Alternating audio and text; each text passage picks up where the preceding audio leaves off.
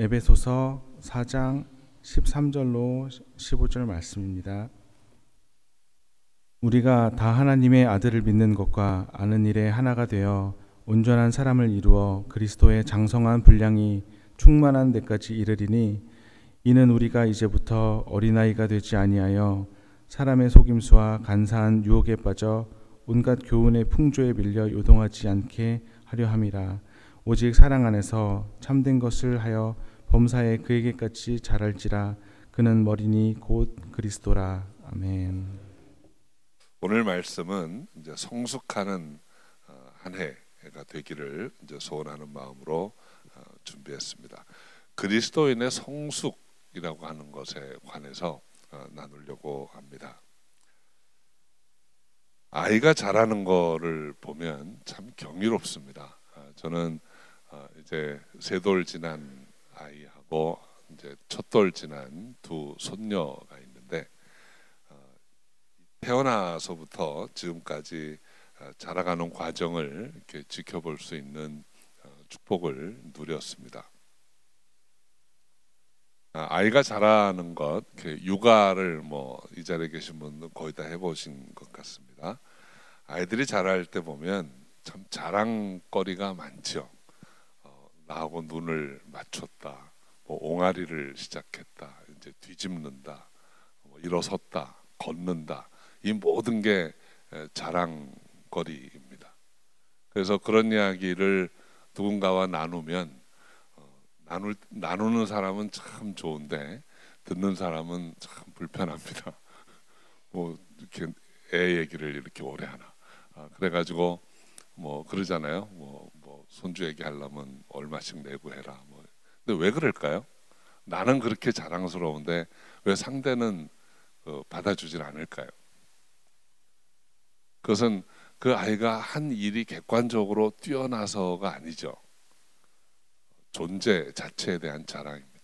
내 아이니까, 내 손녀니까, 내 손주니까 자랑스러운 거예요. 저는 그 생각을 하다가 문득 하나님이 우리를 어떻게 생각하실까 하는 생각을 해보았습니다. 하나님은 우리 존재 자체를 자랑스러워하세요. 똑같습니다. 우리가 어린 아기를 키우면서 느끼는 거하고 똑같아요. 하나님이 우리를 보실 때 제가 이제 옹알이를 하네. 여러분, 우리가 기도를 시작을 할 때 하나님이 참 기뻐하세요. 얘가 이제 말을 하는구나. 처음에는 그 옹알이의 의미도 모르고 합니다. 여러분, 기도를 처음 했을 때 기억이 나십니까? 우리가 하는 기도가 뭔지 우리 잘 몰라요.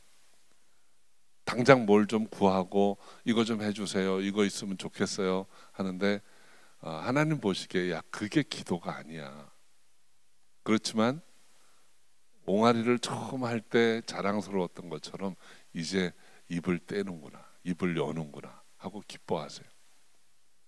처음으로 이제 뒤집고 일어나고 할 때 하나님이 얼마나 자랑스러워 하시는지 모릅니다. 여러분, 우리가 일어난다는 거, 아이들이 일어나서 걷기 시작한다는 게 얼마나 귀한 일인지 아십니까? 누워있는 게 편합니다. 그런데 불편한 가운데 어찌어찌해서 일어나서 한 걸음 한 걸음 떼기 시작할 때 얼마나 대견스러웠습니까? 하나님이 그렇게 생각하세요. 언젠가는 여러분, 우리가 살아가다 보면 다시 주저앉고 싶을 때가 있습니다. 서서 걷는 것보다 그냥 앉아있는 게 편할 때가 있습니다. 세월이 더 지나가면 이제는 내 힘으로 설 수 없는 때도 옵니다. 그래서 이렇게 일어나기 시작하는 것이 얼마나 복된 일인지 몰라요. 하나님이 기뻐하세요. 우리 애가 이제 일어섰구나. 성경은 우리가 일어나서 걷는 거를 굉장히 중요하게 생각하고 기뻐하세요. 그래서 주님이 이 땅에 오셔서 보인 몇 가지 표적 중에 일어나 걸어라 하는 말씀이 있는 거예요. 영적으로 성숙한다고 하는 것은 바로 이 일어나 걷게 되는 것을 이야기하는 것입니다. 고린도전서 13장 11절에 보면, 내가 어렸을 때에는 말하고 깨닫고 생각하는 것이 어린아이와 같다가 장성한 사람이 되어서는 어린아이의 일을 버렸노라. 때가 되면 이제 우리는 어린아이의 일을 버리고 장성한 자로 살아가게 됩니다. 장성한 자가 된다는 것이 히브리서 5장에 보면 이렇게 표현되어 있습니다. 때가 오래되면 장성하여 단단한 식물을 먹고 마땅히 선생이 되어야 한다라고 했습니다. 장성하는 것, 선생이 되는 것은 이제 남을 위한 리더가 되는 것입니다. 로버트 멀홀랜드라는 신학자가 있는데 그분이 이렇게 얘기했습니다. 그리스도인의 영적 성장은 다른 사람들을 위해서 그리스도의 형상에 일추되어 가는 과정이라고 했습니다. 다른 사람들을 위해서 그리스도를 닮아가는 것, 다른 사람들을 위해서 성숙해 가는 것이라고 했습니다. 어린아이 때는 남의 일 생각할 겨를이 없습니다. 시야가 좁습니다. 내 것만 챙기기에도 바쁩니다. 그런데 성숙하게 되면 이제는 돌아볼 수 있는 마음이 생기는 것이죠. 그리고 남을 생각하게 됩니다. 남을 생각한다고 하는 것, 이것이 얼마나 귀한 일인지 모릅니다. 저는 이번 한 해가, 새해가 우리 몬테레이 제1장로교회 성도 여러분들이 영적으로 더욱 성숙해서 이제 남을 돌아볼 수 있는 그런 한 해가 될 수 있기를 바랍니다. 그렇다면 구체적으로 이 성숙하다는 것의 의미가 어떤 것인지 몇 가지로 좀 생각해 보려고 합니다. 영적으로 성숙하다고 하는 것, 그것은 첫째로 우리 믿음이 분명해지는 것입니다. 믿음이 요동치 않는 것입니다. 제가 사역을 하면서, 목회를 하면서 느끼는 것 중에 하나가 참 안 변하는구나 하는 거였어요. 10년을 양육을 하고 20년을 제자 양육을 했는데도 어느 한순간에 휙 돌아가는 걸 보면서 얼마나 놀라고 당황하고 실망했었는지 모릅니다. 잘 안 변합니다. 그런데 성숙이라고 하는 것은 끊임없이 그 변하지 않는 그 믿음의 본질을 하나 잡고 있는 거예요. 여러분, 교회를 30년, 40년 다닌다고 해서 그게 그렇게 쉽게 될까요? 제가 어느 해인가 이제 임종을 앞두신 한 노 장로님과 대화를 나눈 적이 있어요. 지금 장로님이 이렇게 말씀하세요. 목사님 참 야속합니다. 뭐가 그렇게 야속한가요? 안 변합디다. 나를 돌아보니까 안 변합디다. 정말 한 20년, 30년 신앙생활을 하면 이제는 요동하지 않을 것 같은데 여전히 요동하고 힘들어하고 혼자 있을 때면 두렵습니다. 그 얘기를 하시는 거예요. 여러분, 믿음이라고 하는 것은 그냥 결단하는 거예요. 저는 영적 성숙의 표지로 믿음이 흔들리지 않는 믿음, 반석 같은 믿음을 우리가 다시 한번 마음에 품는 것입니다. 그것은 첫째로 여러분, 하나님이 하나님이라는 것을 믿는 거예요. 여러분, 하나님이 하나님이신 것이 믿어지십니까? 이런 질문을 왜 하나 싶으시죠? 오래전에 그 한경직 목사님이라고 계셨어요. 그 한국의 영락교회를 오래 목회하시는데 그 한 목사님이 이제 말년에 은퇴하시고 그 남한산성이라는 곳에 이렇게 머무셨습니다. 한국 교계 지도자들이 이제 한경직 목사님께 좀 말씀도 듣고 하려고 이제 가끔씩 이렇게 모여서 찾아갔다고 합니다. 그런데 어느 때인가 어느 날인가 그날도 목사님들이 많이 이렇게 올라가셨는데 이제 그 중에 한 분이 말씀을 해주신 거예요. 그날따라 그 한경림 목사님이 오셔서 말씀 안 하시더래요. 그래서 이제 계속 기다리고 있는데 이렇게 한번 고개를 들어서 목사님들 다 쳐다보시고 한 말씀 딱 하시고 돌아가셨답니다. 그 말씀이 뭔가 하면 목사님들 예수 잘 믿으세요. 그리고 가셨답니다. 여러분, 우리가 예수 잘 믿는다는 게 그리 만만한 것은 아닙니다. 그래서 첫 번째로 여러분, 하나님이 하나님이시라는 것을 믿어야 합니다. 여러분, 하나님이 하나님이라는 걸 믿는 게 참 쉽지 않아요. 여러분, 증거가 있나요? 하나님이 하나님이시라는 증거가 있습니까? 히브리서 11장 1절에 보면 믿음은 바라는 것들의 실상이요 보지 못하는 것들의 증거라고 했습니다. 우리의 믿음은 아주 미래적인 것이고 우리의 믿음은 영적인 것이에요. 그래서 하나님이 하나님이라는 것을 믿는 데에는 아무 증거가 없습니다. 여러분, 어머니가 내 어머니라는 것에 증거가 있나요? 어떤 분은 있습니다. 뭐예요? 출생증명서, 닮은 모습, 여러 가지를 이야기해요. 그런데 그 모든 것들은 다 위조가 가능합니다. 흉내가 가능한 것입니다. 내 어머니가 내 어머니라는 것의 유일한 증거는 뭘까요? 없어요. 증인만 있을 뿐이에요. 나를 낳으신 어머니, 내가 너를 낳았다. 그거밖에는 없어요. 그게 제일 확실한 거예요. 여러분, 하나님이 하나님이라는 증거가 있나요? 여러분 중에 찾을 수 있는 분이 있으면 찾아보세요. 없습니다. 객관적인 증거는 없습니다. 하나님이 내가 너를 지었다. 너는 내 아들이라. 너는 내 딸이라. 그것밖에는 없습니다. 그래서 그것은 우리가 믿음으로밖에 받아들여지지 않는 거예요. 지식으로 아무리 공부를 해도 여러분 제자 훈련을 10년을 20년을 한들 하나님이 믿어지나요? 안 믿어집니다. 안 믿는 사람은 끝까지 안 믿습니다. 제가 신학대학원에서 변증학을 이제 공부하는데 한 학기 동안 그 세 가지만 배웁니다. 하나님의 존재, 예수님의 동정녀 탄생, 예수님의 부활. 이 세 가지를 이제 변증하는 거를 열심히 배워요. 시험 보고 매주 퀴즈 보고 마지막에 면접 시험도 보고 그래서 이제 패스해서 점수를 받았어요. 그 마지막 날 수업 시간에 변증학 교수님이 말씀을 하십니다. 너네 이제 세상에 나가면 믿지 않는 사람들하고 싸워서 다 이기고 굴복시킬 수 있을 것 같지? 그래도 그 사람들 안 믿어. 믿음은 성령으로 말미암아 믿게 되는 거예요. 믿음은 하나님 주시는 선물입니다. 저는 이 자리에 계신 여러분이 하나님을 정말 하나님으로 나를 지으신 분, 나의 주인 되시는 분, 내 하나님으로 믿으실 수 있다면 그건 정말 놀라운 축복입니다.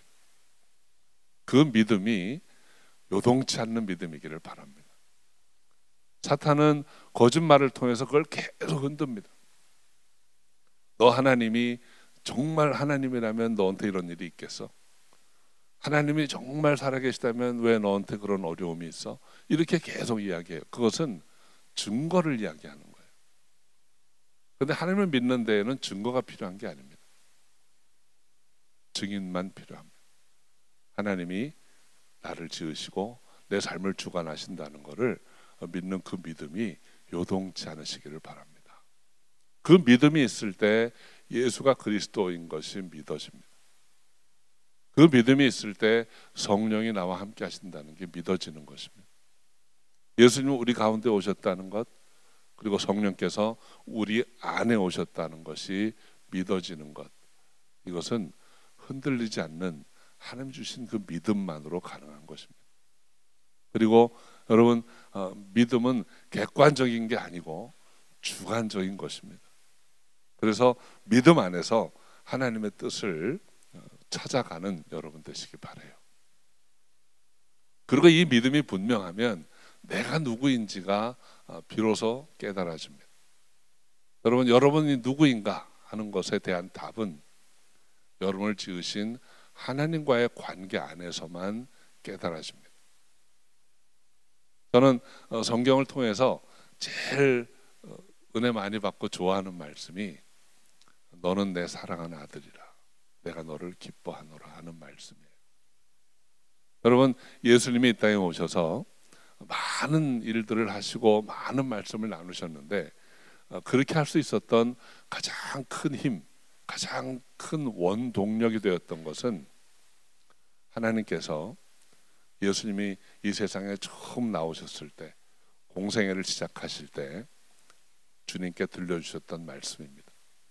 아마도 하나님께서 예수님의 눈을 똑바로 쳐다보시면서 너는 내 사랑하는 아들이라, 내가 너를 기뻐하노라, 이렇게 말씀하셨던 것일 거예요. 어쩌면 그 음성은 우리 모두에게 주시는 말씀입니다. 너는 내 사랑하는 아들이라, 내가 너를 기뻐하노라. 너는 내 사랑하는 딸이라, 내가 너를 기뻐하노라. 정경 기자는 그 말씀을 또 다르게도 기록했어요. 그 다르게 기록한 말씀에 보면 이렇게 나옵니다. 이는 내 사랑하는 아들이라 내가 저를 기뻐하노라. 이것은 3인칭으로 되어 있어요. 아마도 이 복음서를 기록한 기자들이 어떤 분은 주님이 들었던 그 음성을 기록한 것이고, 어떤 분은 하나님이 예수님을 세상에 소개하는 말씀을 기록한 거라고 생각합니다. 상상 속에 보면 하나님이 예수님을 손을 잡고 나란히 서서 세상을 향해서 이는 내 사랑하는 아들이라, 내가 저를 기뻐하노라, 이렇게 말씀하셨을 거예요. 그것 때문에 주님은 모든 일을 다 감당할 수 있었어요. 여러분, 세상에서도 그런 말을 합니다. 사람은 자기를 인정해주는 사람을 위해서 목숨을 버릴 수 있다 그래요. 예수님은 하나님께서 인정하신 하나님의 사랑하는 아들입니다. 그리고 그것을 입증하기 위해서, 그거를 증거하기 위해서 어떤 것도 할 필요가 없었어요. 그 복음서에 보면 그 일이 있은 후에 성령에 이끌려서 사단에게 시험을 받으러 가셨습니다. 근데 사탄은 계속해서 그 정체성에 대한 도전을 하는 거예요. 내가 정말 하나님의 아들이야? 네가 정말 하나님의 아들이거든 증거를 대봐. 근데 주님은 뭐라고 하셨습니까? 증거될 필요 없다는 거예요. 내가 하나님의 아들인데 무슨 증거가 필요해? 그래서 3번 다 이어지는 도전들을 다 말씀으로 물리칠 수 있었던 것이죠. 여러분, 세상이 우리를 보고 어떻게 얘기하든, 우리의 모습을 가지고 어떤 트집을 잡든 전혀 요동할 필요가 없습니다. 우리는 하나님의 사랑하는 아들, 하나님의 사랑하는 딸입니다. 하나님이 우리를 기뻐하십니다. 한번 옆에 계신 분에게 말씀해 주세요. 우리 자매님들은 딸, 형제님들은 아들. 그래서 주님의 음성을 좀 듣게 도와주시면 좋을 것 같아요. 너는 내 사랑하는 아들이라 내가 너를 기뻐하노라. 너는 내 사랑하는 딸이라 내가 너를 기뻐하노라. 한번 해보시죠.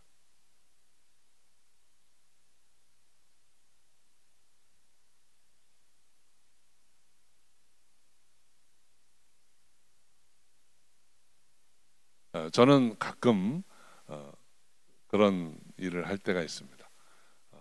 혼자 아침에 이렇게 거울을 보면서 이 고백을 해줄 때가 있어요. 너는 내 사랑하는 아들이라 내가 너를 기뻐하노라. 그리고 저를 꼭 껴안아 줍니다. 여러분, 어떻게 껴안아 주는 줄 아세요? 왼손은 겨드랑이 밑으로, 오른손은 목 뒤로 이렇게 껴안아 주면 얼마나 뿌듯한지 몰라요. 남들이 보면 좀 이상할 것 같아서 아무도 안 볼 때 합니다. 주님이 나를 껴안아 주시는 것 같은 걸 느낄 때가 있어요. 거울을 보면서. 여러분, 이것이 우리의 정체성이에요. 하나님이 사랑하시는 아들, 하나님이 사랑하시는 딸, 하나님이 기뻐하는 자. 그거를 남한테 증거할 필요가 없어요. 사탄은 계속 그거를 흔드는 거예요. 근데 우리가 평안히 길을 잘 갈 때는 안 흔들리니까 자꾸 어려움을 줍니다. 사랑하는 사람을 빼앗아가고, 가정을 흔들고, 아이들을 공격하고, 그러면서 하나님이 널 사랑해? 확신할 수 있어? 이래도 하면서 흔드는 거예요. 욥기에도 그런 말씀이 나오고, 이 신약 시대에도 많은 크리스찬들이 그런 어려움 가운데서 그 믿음을 지켜나간 것입니다. 그 믿음은 눈에 보이는 것으로 되는 게 아니에요. 성숙한 신앙은 흔들림이 없습니다. 아이들이 자라갈 때 육아를 하다 보면 그런 단계가 옵니다. 아이들이 눈으로 확인을 해야만 안심하는 단계가 있죠. 그러니까 아이들이 아무리 잘 놀아도 엄마가 보이지 않으면 주기적으로 확인을 합니다. 고개를 돌려서 어디 있나. 그리고 안 보이면 우는 거예요. 근데 어느 시점이 지나서 성숙하게 되면 안 보여도 괜찮습니다.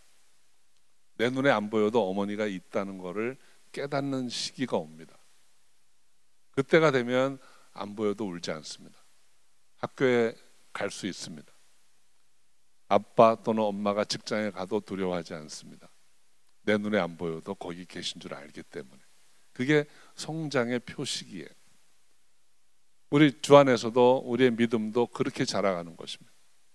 하나님이 지금은 내 눈에 보이지 않아도, 내가 금방 드린 기도에 금방 응답이 오지 않았어도 하나님 듣고 계시고 그 자리에 계시다는 것을 알고 믿음이 요동치 않게 되는 것, 이것이 성숙입니다. 저는 이 성숙이 아주 기본적이고 기초적인 반석과 같은 이 믿음이 저 여러분에게 분명하게 있어서 이 한 해에도 요동치 않는 믿음으로 승리하는 한 해가 되시기를 바랍니다.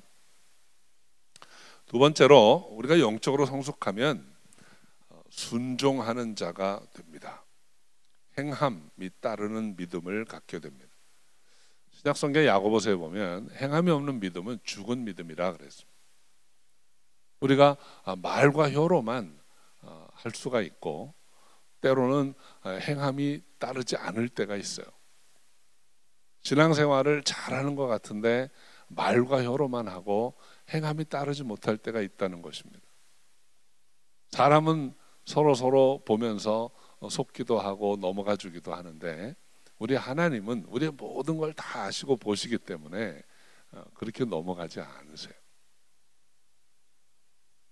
행함이 있는 믿음, 그 믿음에 대해서 제가 두 가지만 좀 나눠보려고 합니다. 첫 번째로, 행함이 있는 믿음, 순종하는 믿음이 되려면 부르심을 듣고 의미를 깨달아야 합니다. 여러분, 하나님은 저와 여러분을 다 부르셨습니다. 어떤 분은 저는 아직 부르심을 모르겠다 하는 분이 계세요. 그런데 여러분, 이 부르심에는 두 종류가 있습니다. 그 오스기네스라고 하는 분이 있는데 그분이 소명이라는 책을 쓰셨어요. 그 소명이라는 책 안에 보면 부르심을 두 가지로 얘기합니다. 하나는 primary calling, 첫 번째 부르심. 그것은 우리 모든 그리스도인들을 향한 부르심이에요. 여러분, 예수님께서 제자들을 부르실 때 첫 번째로 부르신 그 내용이 어떤 것인지 기억하십니까? 너희는 나를 따라오너라. 내가 너희로 사람 낚는 어부가 되게 하겠다. 그리고 주님께서 이 세상을 떠나시기 전에 마지막으로 제자들에게 하신 말씀이 있어요. 사도행전 1장 8절에 보면 오직 성령이 너희에게 마시면 너희가 권능을 받고 예루살렘과 온 유대와 사마리아와 땅끝까지 이르러 내 증인이 되리라. 이 두 가지는 주님의 제자들을 향한 부르심이에요. 오늘날 우리는 다 주님의 제자입니다. 크리스찬입니다. 그래서 우리 모두에게는 그 부르심이 있습니다. 사람 낚는 어부가 되는 것, 땅끝까지 나아가 그리스도의 증인 되는 것. 이것이 우리의 첫 번째 부르심이에요. 프라이머리 콜링이에요. 이건 누구에게나 똑같습니다. 우리가 예수님을 나의 구주로, 내 생명의 주님으로 믿고 영접했다면 이 부르심은 똑같습니다. 그런데 세컨더리 콜링이 있다는 거예요. 두 번째 부르심. 그것은 우리가 그 첫 번째 부르심을 하기 위해서 이 땅에 무엇을 하며 살 것인가요?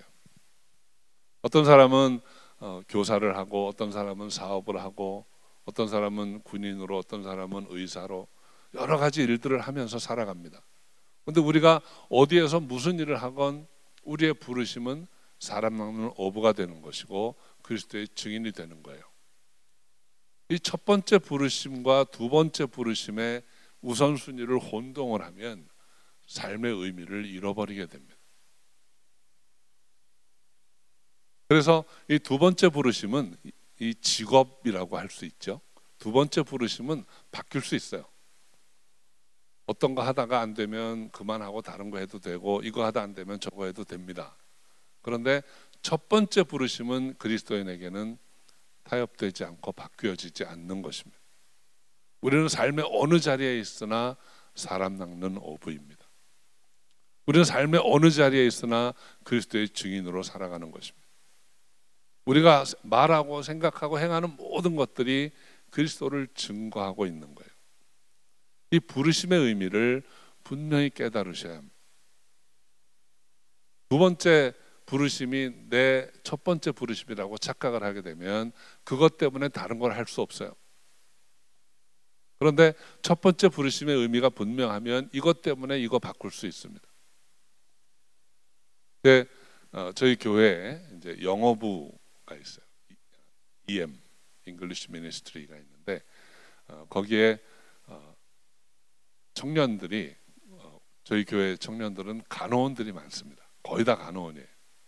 그러니까 그 처음에 리더가 간호원을 하니까 아이들이 다 또 간호원을 하는 것 같아요.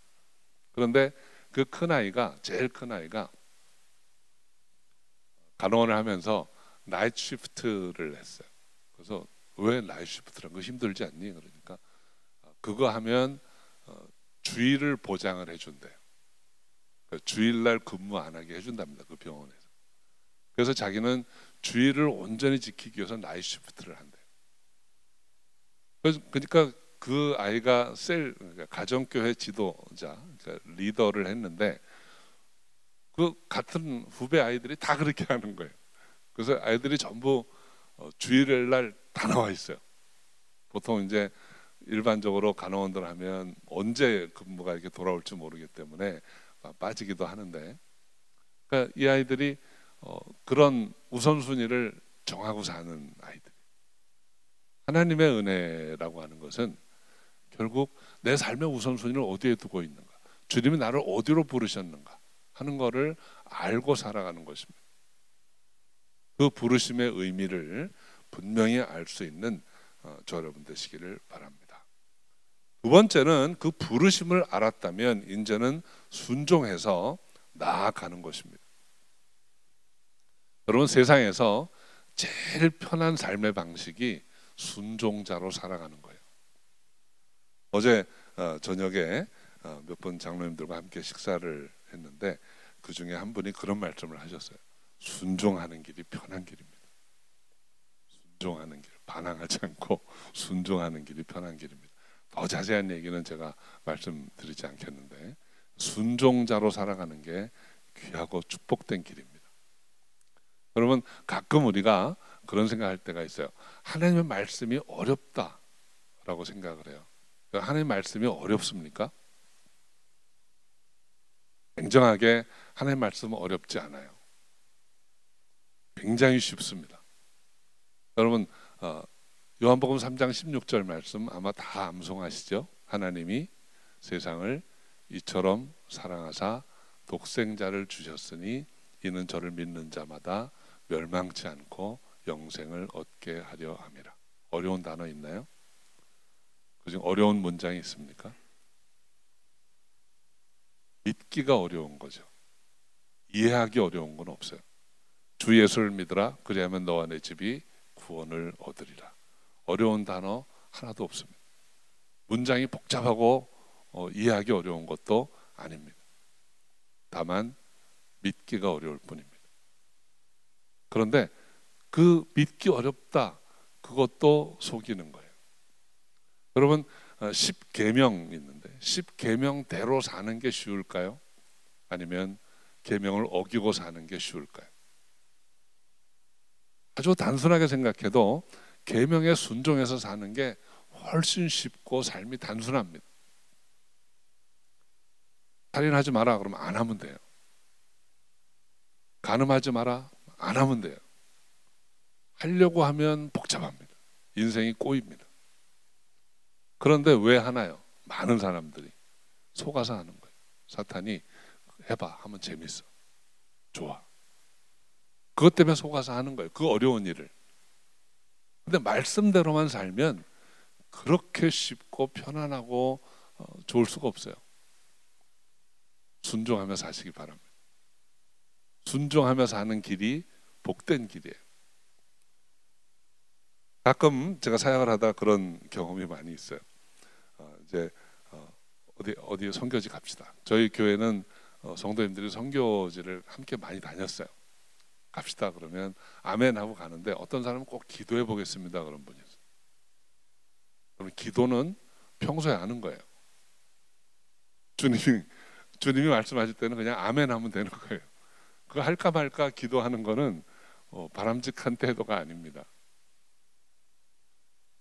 우리 이강호 목사님께서 그런 말씀 많이 하셨는지 모르겠지만, 목사님 뭐 하자 그러시면은 아멘 하시면 됩니다. 기도해 보겠습니다. 그거 하지 마시고 기도는 그냥 평소에 많이 하시고 정말 주님이 위임 권위자를 통해서 말씀하실 때는 아멘 하시면 됩니다. 오늘 본문에 보면 순종의 행위를 이렇게 말합니다. 오직 사랑 안에서 참된 것을 하여 그래서 범사에 그에게까지 자란다. 우리가 부르심의 의미를 분명히 알고 부르심에 순종하며 나아갈 때 우리의 믿음이 자라가고 하나님이 쓰실 만한, 하나님이 나를 믿고 맡길 만한 사람으로 성장해 간다는 것입니다. 부르심의 의미를 알고 그 부르심에 순종해서 나아감으로 성숙해가는 여러분 되시기를 주 이름으로 축원합니다. 세 번째로, 영적으로 성숙하게 되면 하나님을 더욱 신뢰하게 됩니다. 처음에 말씀드렸던 믿음이라고 하는 것은 우리 신앙의 본질이에요. 아주 말뚝과 같은 거예요. 그 신앙의 본질, 하나님을 믿고 예수 그리스도를 믿고 성령님을 온전히 믿는 그 믿음이 말뚝과 같은 것이라면, 이 하나님을 신뢰하는 것은 거기에서부터 더 앞으로 나아가는 것입니다. 하나님을 신뢰하게 되면 두 가지 면에서 우리가 성숙하게 돼요. 첫 번째는 고난을 견딜 수 있는 능력이 나옵니다. 여러분, 우리의 삶은 고난의 연속이라 해도 아마 지나침이 없을 것입니다. 우리 삶에 고난이 없을 수는 없어요. 우리 신앙생활에 고난이 없으면 참 좋겠는데 성경은 안타깝게도 그렇게 얘기하지 않습니다. 너희에게 많은 고난이 올지라도 이상히 여기지 말라. 너희가 불같은 시험을 당할 때 두려워하지 마라. 오히려 기쁘게 여기고 감사하라 그랬어요. 여러분, 고난은 언제나 이 양면성이 있어요. 고난은 이겨내면 우리에게 유익입니다. 그런데 이겨내지 못하면 재앙이에요.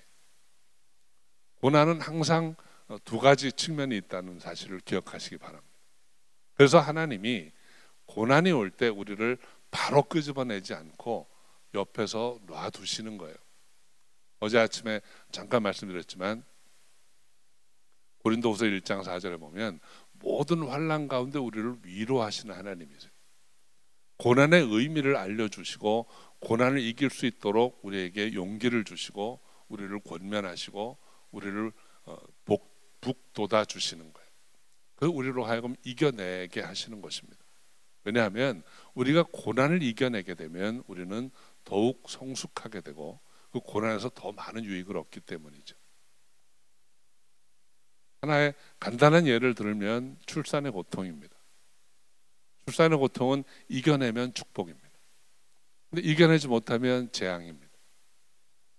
그리고 그 고통을 두고 아주 비통한 마음으로 고통스러웠다라고 기억하는 사람은 아마도 없을 거예요.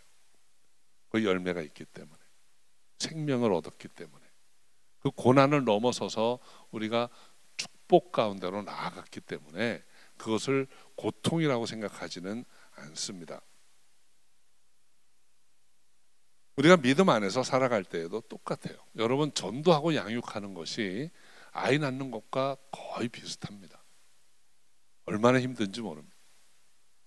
안 믿는 사람에게 복음을 전해서 믿게 하고 그 사람 믿음 안에서 자라게 하는 게 쉬운 일이 아니에요.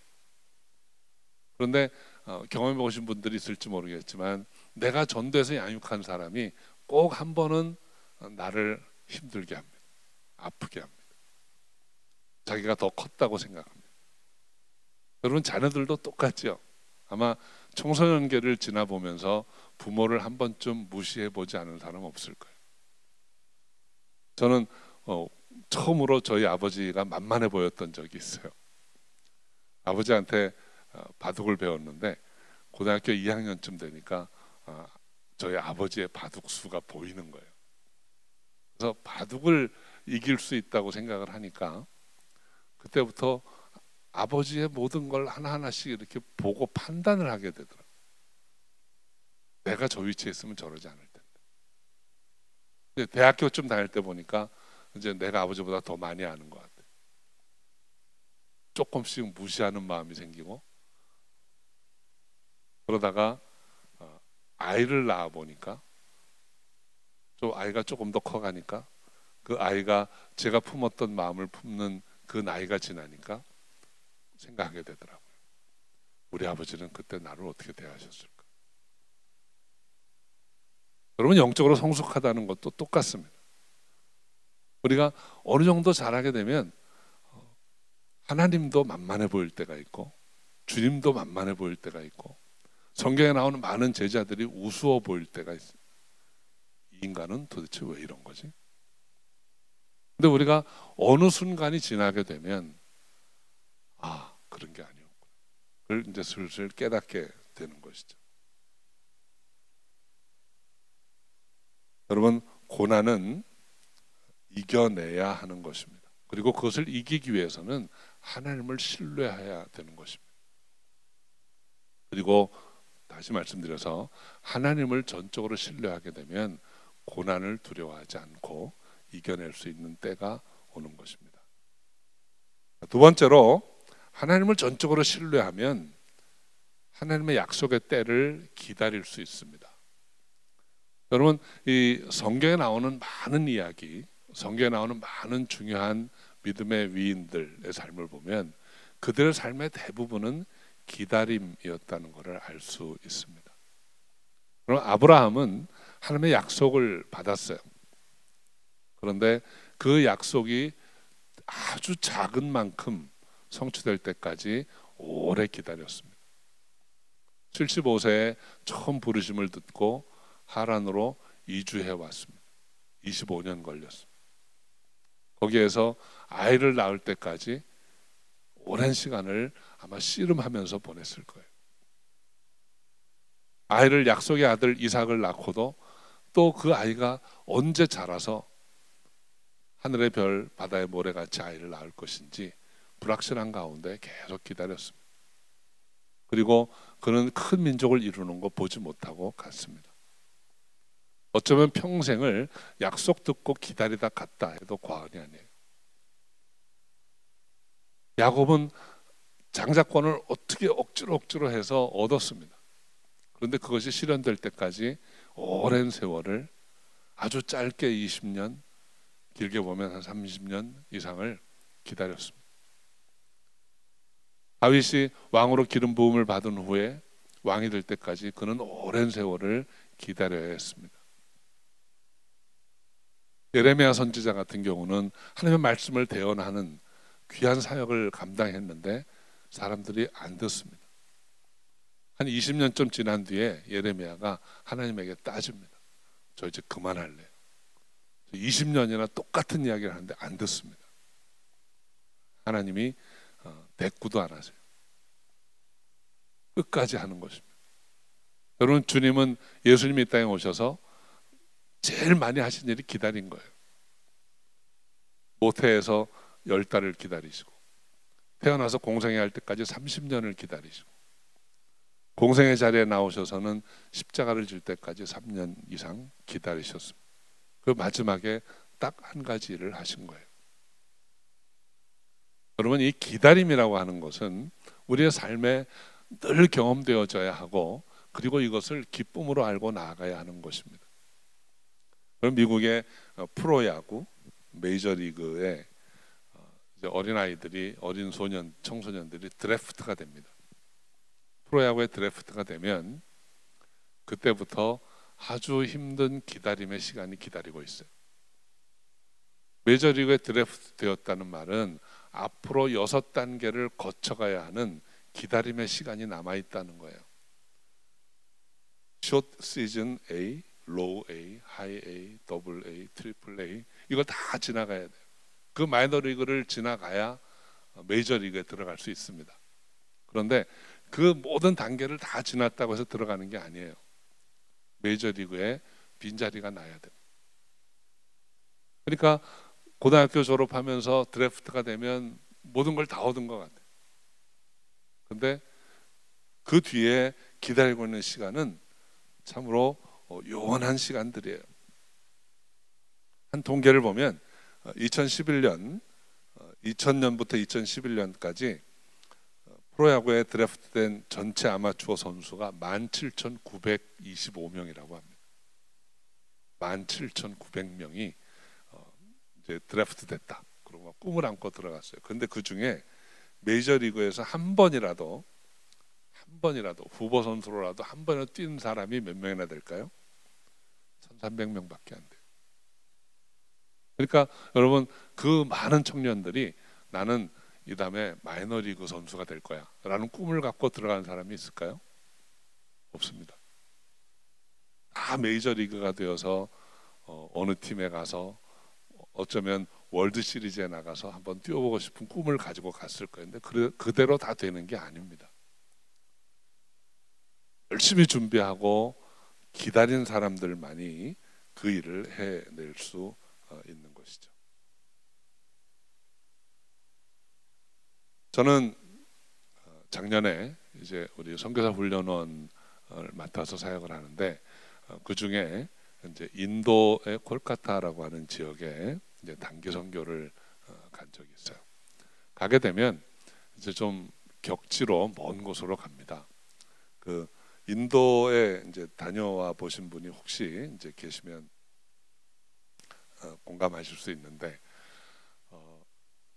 일단 길이 큰 길인데도 왕복 2차선이에요. 근데 2차선인데 미국처럼 이렇게 널찍한 길 2차선이 아니고 여기 기준으로 하면 그냥 1차선이에요. 근데 그게 2차선으로 왕복으로 다닙니다.